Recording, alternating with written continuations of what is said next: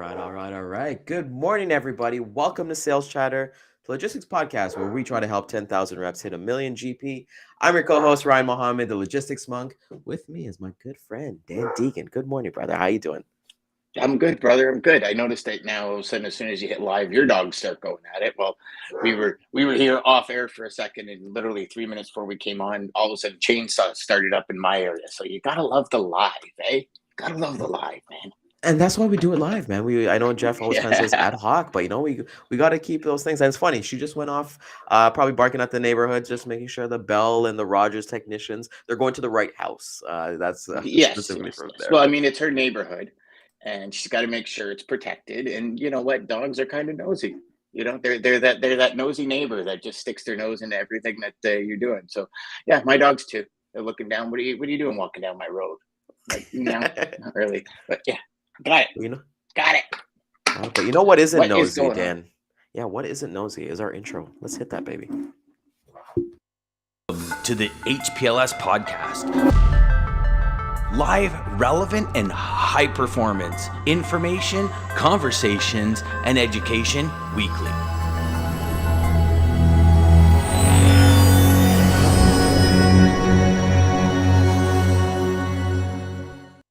There we go. So, Dan, you're back yesterday. We were back with the mad scientist, Dean. How do you feel getting back into the groove of it, adding this into like your daily routine again?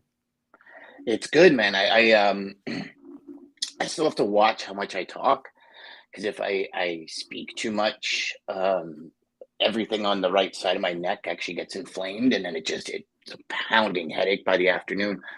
But it's good, man. It's good. It's I mean, my voice still isn't anywhere near where that intro is, but because I every time I hear that intro, I'm like, oh man, I can't wait to speak like that The again. good But old days, when you reminisce on, hey, I remember. I see. I do the difference of that, Dan, and maybe anybody in the audience. I look in the mirror and be like, damn, I remember when I was like a buck 50. The good old. So like you're thinking Ryan, about the voice. It's the little trust me, things. it's nothing that's cracked up to be, buddy. When I was at my lowest, when I was in and out of the hospital every like 2 weeks with pneumonia, and I had a DKA, which is a diabetic ketoacidosis, where pretty much your body starts eating itself. I was 142 pounds, and so when I got in like a year ago, actually 2 weeks ago, it's been a year and 2 weeks since I found out I had cancer, and I was 205 pounds going in, and that was 142. Buck 50 ain't all it's cracked up to be, brother. I'll tell you that right Yeah, now. it's yeah, maybe we get the ad. Maybe I actually saw somebody like on TikTok the other day, like somebody actually tattooed abs on them, and everybody was like roasting them in the comments that this is the worst tattoo you can get. So everyone's so vain right now. But we're back and we want to give the value. That's why we said at the beginning, we're here to give 10,000 reps, give them that information that we don't gatekeep Yeah. to help them try to hit a million GP. So I know we will kind of freestyle. We didn't have a topic in mind, but I kind of want to bring something up to you that I think is extremely Go for it. important and a life lesson. Mm. And I think you and I are going to bring some pretty cool topics for everybody here. Last night, I was invited to go to the Blue Jays game to a first box suite by an old friend, an old coworker that I Yes. haven't seen in 6 or 7 years. And it's not to talk about that, but the conversation I wanted to have with you, Dan, is the ability of being social again after the pandemic, before the pandemic. I feel like we've lost that having conversations, especially with strangers. And I know myself, I work from home. A lot of sales agents work from home. They're talking to people on the phone, they're doing email, but nothing replaces breaking bread or having a conversation with somebody.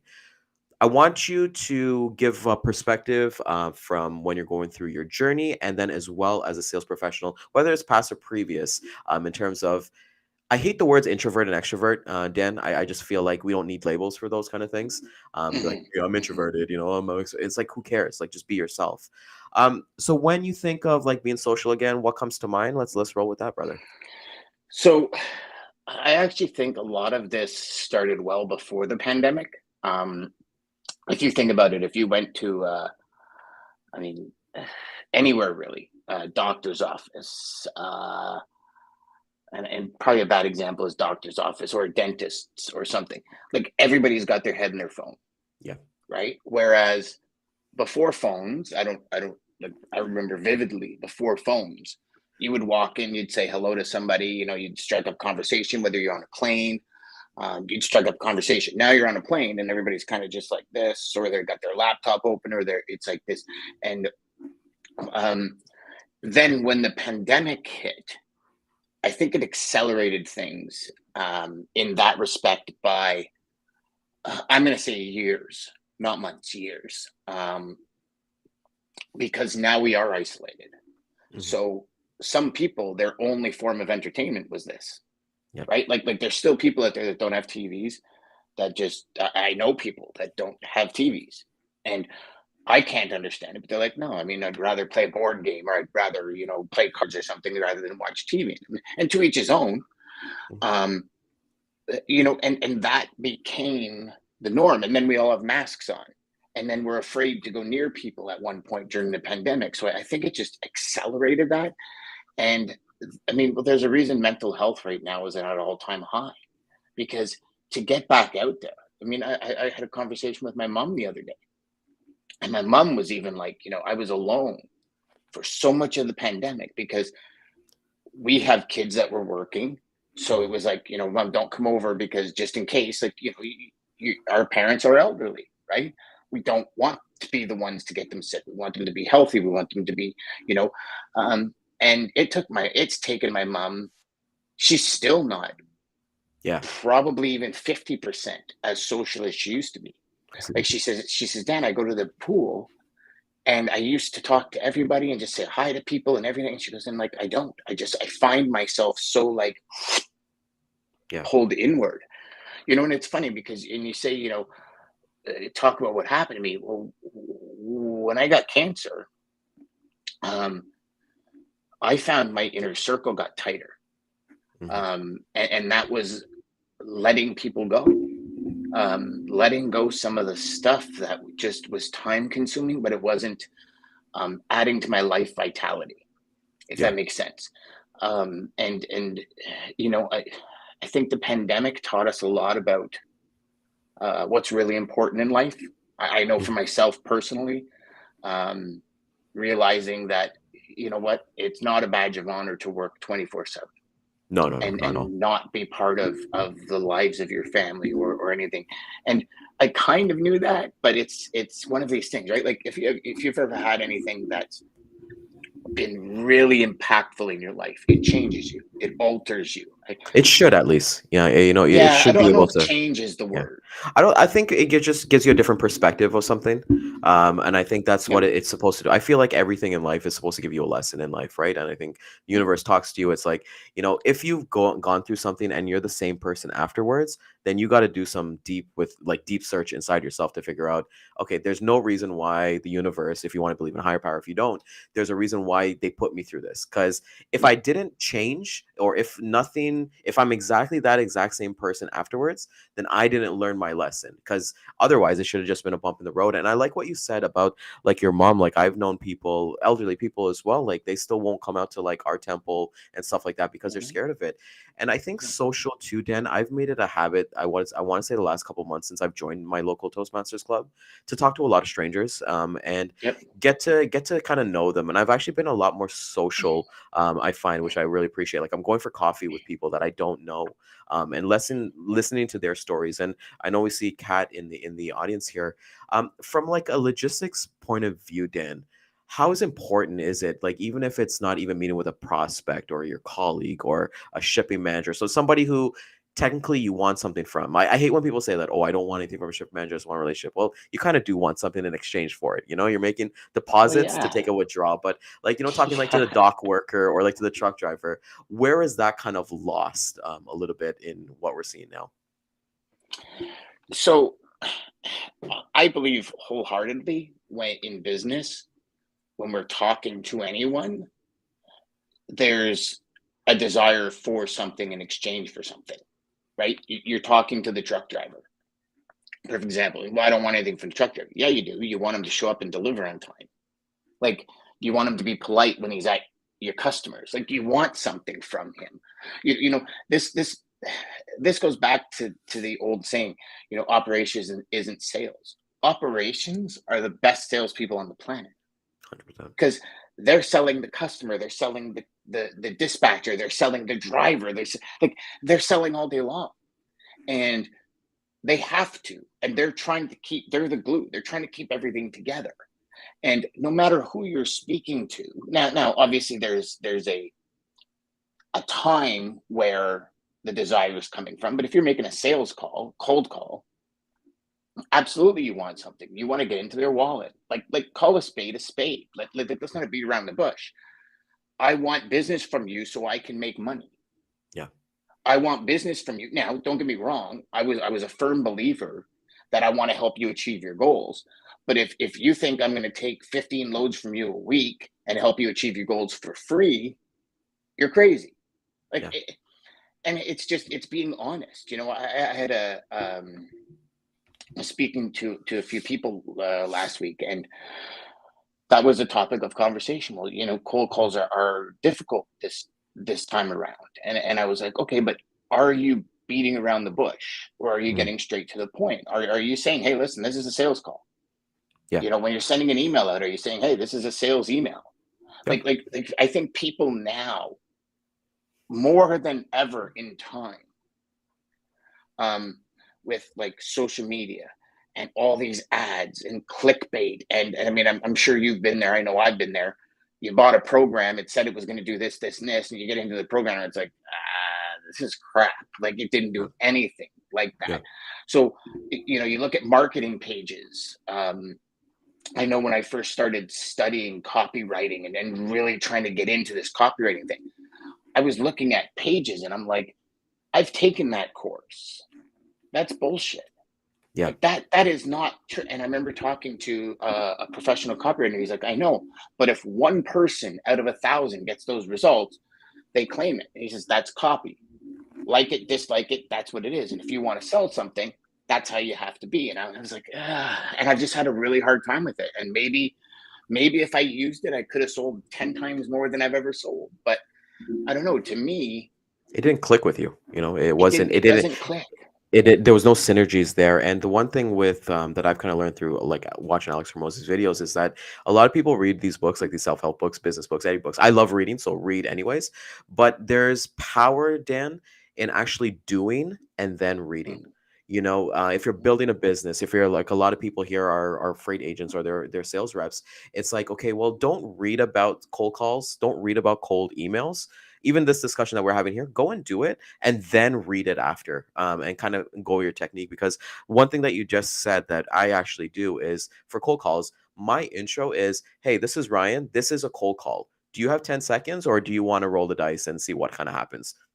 It's the 8 Mile thing that I've learned from you, right? So what do you Yep. personally think? Let's talk a little bit about what advice you gave to that amazing group of, I want to say they're young professionals, I would assume, that you Yep. spoke to last week. Yep. So it was be straightforward. I mean, number one, we've said it. God, I don't know how many times. Know who you want as a client.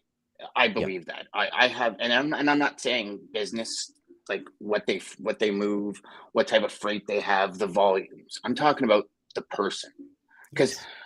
you don't do business with a logo. You do business with people, and the people will make or break whether you love to wake up every morning and go to what some people call your job, your work. I wake up every morning and I go do what I love to do. And that will be the difference, is dealing with people that you love to work with. It's like if you've ever had that friend that you're like, oh, like I could take them in small bites or small pieces. And I think we've all had that, whether it be a relative or a friend, where it's like I could take them in really small chunks.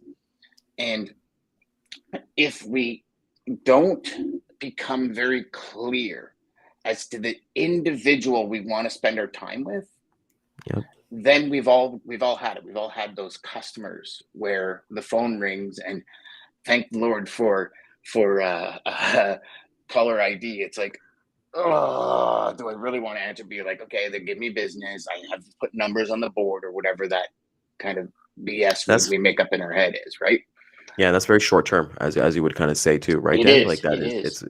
it's very short term like It is. thinking, and I love that you're saying this because like this is exactly what you're saying. First and foremost, Dan, Dan's back. Let's just let everybody know in the comments. Dan is back. He's spitting that fire. So I'm happy to kind of see this. But the one thing that I love is like that I've learned from you is like, people are people. Like I sent an email this morning to one of my customers. He's my customer. He's like he works for $1 billion company. I was just asking him if he caught the Jays game last night, and we're just kind of shooting the shit through email about that comeback win, and he lives in Kansas City and things like that. And being able to like talk to people as people, that's where Yeah. we're kind of losing, and that's where the social part of it, because we look at scripts, and I'm not bashing any of this stuff, like at the end of the day, like you said about your copywriting, it's going to work for one person, and that one person is going to be successful. So are we going to think about the one person, or are we going to think about the 999 people who are like, ugh, I don't want to do this? It's interesting you say that, because the rule of copywriting is you write to the one. And 990 of those 999 might also be the one, but you're right to the one. And you take this back to cold calling, right? Mhm. I love the fact that you say, hey, it's Ryan, this is a cold call. Now, here's, I think, where a lot of salespeople fall off, if you will. A lot of salespeople try and don't test. And what I mean by that is every call they'll try a new intro, or every call they'll try Yeah. something different. And my suggestion to you is pick one and run with it for a couple of weeks. Yeah. Yeah. And see what it's like, because there'll be one day, and you know it as well as I do, you make 30 cold calls in a day. One day you're going to get 30 voicemails, and the next day you might get 5, and then one day all of a sudden you're going to get like 15 or 20 actual people that answer the phone. And it's like, holy cow. And you're thinking like, man, I better go and buy a lottery ticket today, because like I'm going to find 4-leaf clovers on the way home, and I'm and all these things. It's everything does this. Everything, right? You send cold emails to connect with people. There's going to be a week where you're not going to get a single reply, and then one week you're going to get like 65 replies. And the question then becomes, are you a salesperson, or are you a human? And that's what I believe we really have to look at. And like you just said, I'm talking to them like we're humans. Now, you're talking to them because I hate to use the word ulterior motive, but there's a destination you want to get to with this guy. Yeah. But you understand that your client profile is somebody that can be a friend, somebody that loves dogs, somebody that loves sports, somebody that, like, you know the person you want to work with, that you get along the best with. Yeah. And so you're going to have the natural conversations. And that's why, if you look at my baseball diamond theory, like, you're on third base with this guy fulfilling his why. As soon as that why is fulfilled, the next natural step is home base. You got a customer. And that's the thing, Ryan, is you're the long-term guy, right? You're the one that's in it for the long run. Like, when you connect with somebody, you're going to have those conversations that last a lifetime. When you have, what they say is commission breath. I love that term, but it's true. When you have commission breath, you tend to jump steps, because you're just looking for that money. You want the cash. You Want want the low hanging fruit, you want to put those numbers. And you know what? Here's what I talked with Jeff on this about too, Dan. Is like, you can do both and be successful, at the end of the day. Like, it is, so like, another topic that you and I will talk about is niches. I'm against niches. Like, I just feel like my time that I was the most successful was when I was kind of going after anything and everything. But at the end of the day, I was learning as I was kind of going. And that's the best thing, that you get that paid training to kind of do that. So I love that you kind of bring up these points, because it's so true. You want to think long term, but then you look, it's hard for you and I to sit here and be like, yeah, go long term, when we have like our audience who are like, I just got started in the worst time of like logistics. I'm getting beat up every single day. How can you tell me long term? So what would your advice would be to somebody who's like, let's say maybe 3 to 6 months in the game, they're doing the consistency, they're putting in the work, but it's hard for them to think long term, because they probably got a manager down their neck. They probably got a PIP coming up. They might be there might be a freight agent, so they're 100% commission. How would you speak to that audience, Dan? So I would, a couple of different things that I look at on that. One, I suggest you start going more towards an expert mindset.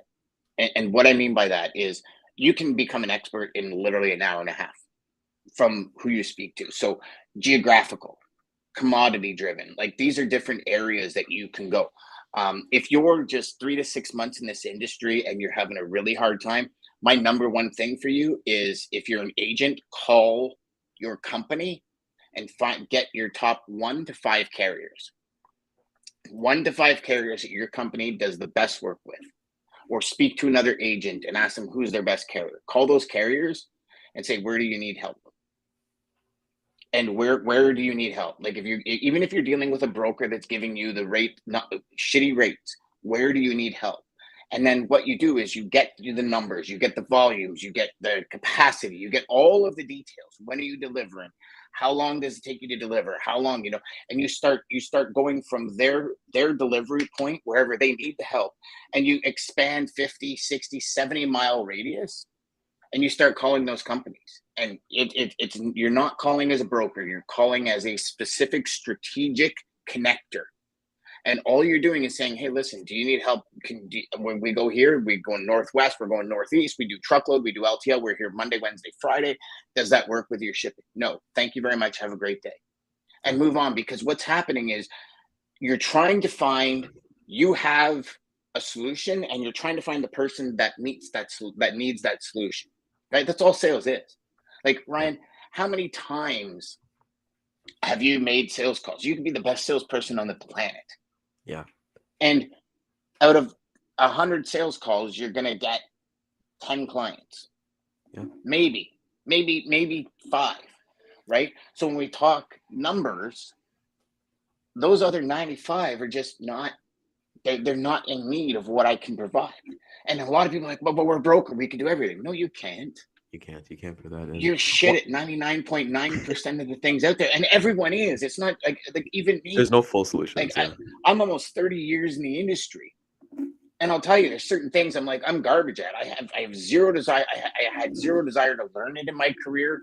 I don't know the contacts. I don't have the proper connections. Like, but if you want to do this, I'm all in. So I stay away from the things I'm not good at. And instead of sitting here saying, oh, well, Ryan's really good at that, how come I'm not? Because I've been 30 years in the industry, Ryan's been 8 or 10. Why would I do that? Ryan focused on that, and I didn't. Yeah. And so, go ahead. Yeah, sorry. I just called 2 things that I really like that you said. So when you're like, for everybody's kind of watching the audience, one thing that I do as well, Dan, is like, let's say I make that call and I have that capacity that I can sell, and they say, hey, no, I don't have a fit. I always ask for the referral right away. Do you know anybody, any other shipping managers? Do you know anybody who can find value in this? Would you be okay making an introduction for me? Because I find like people don't ask for that referral right away. They'll be like, oh, well, I haven't done business. I haven't earned their respect. But it's like, no, you're like you said, you are whatever the word, the connector, kind of cool thing that you made there. You're a connector you're there with a purpose. When you're selling with a purpose and intention, you are dangerous, my friend. And there was another thing that you said too that was really, really cool that I loved. And I thought it really resonated. I'll get back to it, but just continuing on, I thought that was, no, sorry. I got a brain fart. It was one of those. It'll come back. You know, it's funny you mention that, because there'd probably be 1 out of 100 that would ask for that referral. And, you have no idea if that traffic manager was just at an event speaking to another traffic manager, and that guy said, hey, if you ever hear of anybody in this area, just let me know. Like, you don't know. And you know what, Ryan, I don't know, you tell me, out of 100 times that you ask that question, how many yeses do you get? So I would say maybe I'm probably like a 40-50%. I would say for every 2 calls, one of them will be able to. Pretty good. Yeah. And well, I think it's like how you kind of go into it too, right? It's just that that kind of like mindset. I kind of want to bring up Kat as well, because like Kat's somebody that we kind of work with as well. Is that, like these people are receiving 20 calls a day, even making it even harder. Then you have people going in cheap. Well, and that's the thing, right? I think I'd love to get your opinion. I'll give my opinion on that as well. It's just that control the controllables. So when I'm reading this, right, like the shipping manager getting 20 calls a day, that's not in my control. Ryan Muhammad's control. Making it harder when you have people going in cheap, still not in my control. So it's like, for me, when those variables are out there, I think about how can I control it? How can I be the best version of myself and become a value? And it's okay to say no. Let me just close this window, brother. Sorry. We got the chainsaw. You got the chainsaw massacre going on in Aaron. But just elaborating on that point, I think for me, As weird as it Go sounds, ahead. Keep Kat going. and I interrupted. Anthony, everybody's kind of thinking you have a light to shine in this world, regardless of whatever it is, whether it be sales, logistics, your personal life, your professional life, whatever. You're doing a disservice to yourself and anybody else if you're not shining your light and sharing what you could do to help somebody, right? And you're not going to figure out how you can help somebody in that first call, that even getting set up or even moving a couple calls. It takes time to figure out what your light is and then kind of figure that out. But Dan, I'd love to get your thoughts on Kat's comments. So yes, like call a spade a spade. These people are receiving 20 plus, probably 20 more calls a day than they've ever received. They've been receiving 20 more calls a day for probably the last 2.5 years. Right? We've had tons of traffic managers on this show who tell you, like, my call volume, like if I were to answer every single call that came in, I would never get any work done. Yeah. But here's the thing, Kat, that's ammo. And if I were you, I mean, I've done it a million times. Hey, Ryan, it's Dan. Listen, I hope I'm not the 20th call. And if I am, I hope the first 19 didn't piss you off. Here's the reality. I need 3 seconds of your time. I got one question for you. If it's a yes, we're golden. If it's a no, I'll gladly back away and never call you again. And use that. You know, I saw an ad the other day on social, and I normally scroll through, and the guy's hand came up and he said, stop. And like the hand goes right into the camera. He goes, this is an ad. And I stopped because I'm like, finally, somebody that's not trying to make it sound like it's a post or trying to trick me into watching something. Yeah. It's like, this is an ad. So say that. Hey, you know what? Like, people get 20 plus 30 calls a day. Like, think about it. Half hour of lost productivity a day is 2.5 weeks at the end of the year. Yep. So you think about it for 1 second about a traffic manager that's A, trying to get a job done, B, that's probably got 2 or 3 jobs on his head, because as we know, mainly the main dudes in these warehouses and stuff like that, if somebody leaves, it gets put on their back. And so they're doing 2 or 3 jobs. They don't have a raise in pay. They maybe hate their job. Sometimes they think brokers are a necessary evil, or trucking in general is a necessary evil because their costs have skyrocketed because of COVID. I mean, there's all these things going on in somebody's mind, and we have no idea where they're at. Their kid could have just got caught for selling drugs at school the day before. Like, we don't know. We have no idea. But if you start it with, hey, like, I'm really not here. Like you said, Ryan, I need 3 seconds of your time. Yep. And if we get along, great, we're golden. If we don't, like, I work with people. Like, be honest. I work with people. I have a specific type of person I work with. I got one question to find out if we match. And, you know, some people might be like, well, Dan, that has nothing to do with logistics. It doesn't. Yeah. But neither do any of your customers. Like, your customers use you because of you. Yep. That's why That's the if you reality. move from company to company, they follow you. Like, I can honestly say, Dan, like my customers that I work with now, they're from like 2 companies ago, from there. I want to ask you this because I feel like we can we can peel the curtain a little bit for here. So you mentioned that, hey, what is your one question that you ask for like you mentioned, yes or no? Let's peel that curtain and let's give some free knowledge to everybody What's out your here. primary and secondary reason for adding or switching a service provider? Let's hear that one more time. That's the question I asked for the last 8 years. What's your primary and secondary reason for adding and switching a service provider? And I asked that question because my number one thing that I look for is, does the prospect think their logistics company is a resource? Because I personally do not want to work with anybody that thinks I'm a necessary evil. Because when shit hits the fan, I'm evil. When it works for them, I'm good. But when the customer understands that I am a resource to get their product to market and to help them achieve the sales, to help them achieve their goals, because and now more than ever now,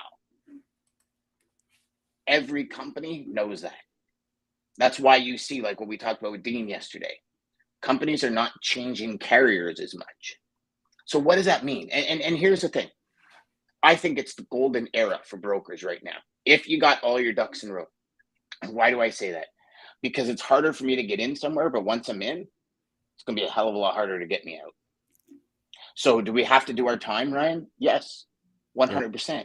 Because that prospect has to trust you. Yeah. And like anything, trust is not built after 2 phone calls. Not a chance. Not a chance. Like if you're new in the industry and you're 3 to 6 months in, just understand it might be a year before the wheels start turning. But like everything else in life, if you don't invest in it, and I'm not talking financially. I mean, I do believe in coaches. I've got 4 of them. But I'm talking like invest in your day in those, like Jeb calls the golden hours. Like invest as much as you can of your time, effort, and energy in those hours, because it will start to pay dividends. But and I know it's so cliche, you don't plant a seed today and tomorrow a tulip grows. You plant tulip seeds in the fall, and in the spring they grow. So it takes 6 months of incubation for it to grow. Right? You throw grass seed down. It doesn't grow tomorrow. It has to incubate. And so does your business, where we're in such a society today where it's instantaneous and I want it now and I want it now. It's so many people. Like, for example, I've said to, I don't know how many people, if you want to test in true like dedication, take a 1-page or your intro or your presentation that you're going to give to a customer and read it 100 times. Yeah. Before you put it down, read it 100 times. I guarantee you, after the 3rd time, you're going to skip words. You're going to be, did I leave the coffee maker on? I'm just going to go get a glass of water. Like it's, but this is like, Ryan, you think about it.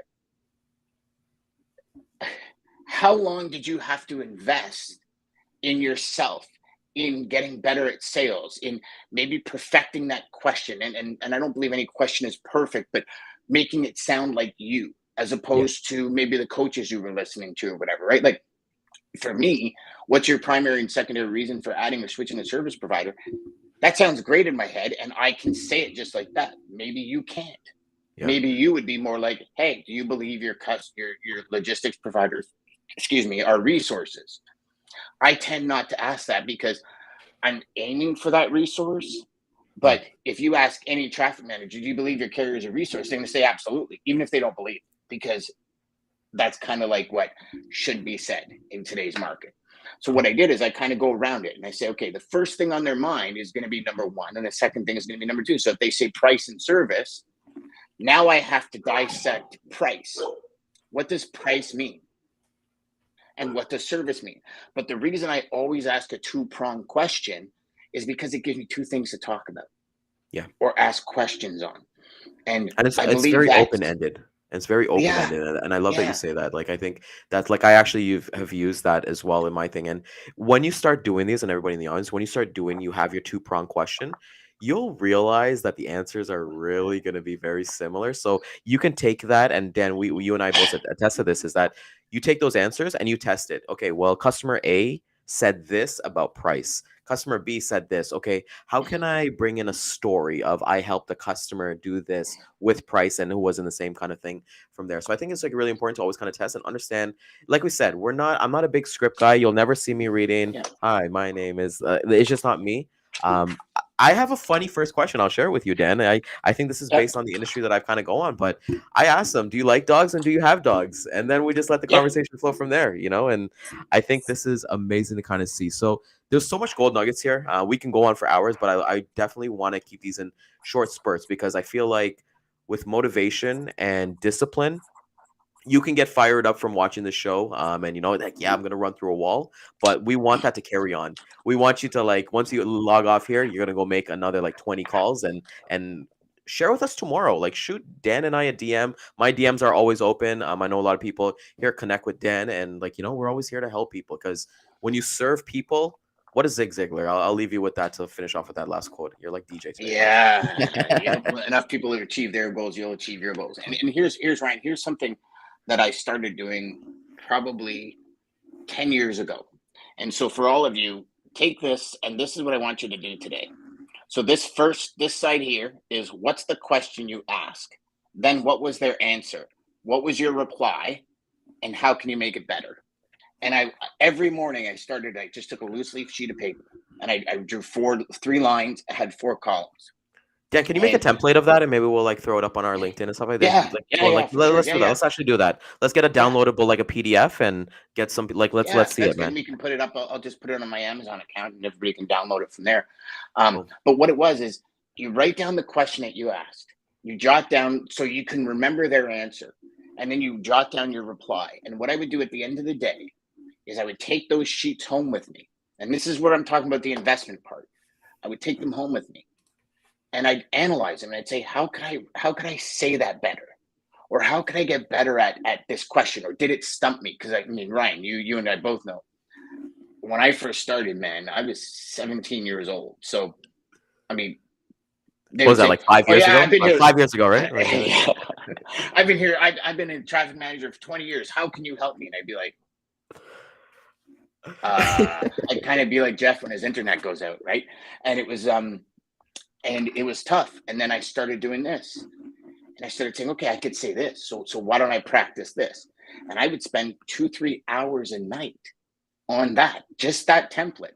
And I'll tell you, if anything changed the way I spoke and changed the way I did business and changed the direction of my calls, it was that simple 4-prong template. And I'll create one yeah, please do. get Yeah, it to if we can get everybody. that, like, and just so everybody can kind of see and things like that. So, For sure. that's what we're here. I think we did our duty today of giving some advice that can help 10,000 reps hit a million GP. So, with that being said, want to thank everybody for coming out. We're fired up. I know you and I will talk offline about this, but if you found value in this, which I know you did, please like, comment, subscribe, share this with friends, share this with a neighbor. Share this with the Amazon driver that's coming over today to bring your packages over, and we will hit the replay at 2 and 6 p.m. again. Like we said, our DMs are always open. Tune in every single day at 11 a.m. Eastern Time. Facebook, YouTube, LinkedIn, and Twitter. And my man Deigan, take us home, my man. Oh, brother, it was great to be here again. Hey, listen, everybody, just remember, invest in yourself. It's the biggest investment that you can ever make in your life, and it's the one that really lasts long term. As the great Emerson once said, "What you do screams so loud, I can't hear a word you say." So if you really want that business, what you do screams so loud, I can't hear a word you say. Have a great day.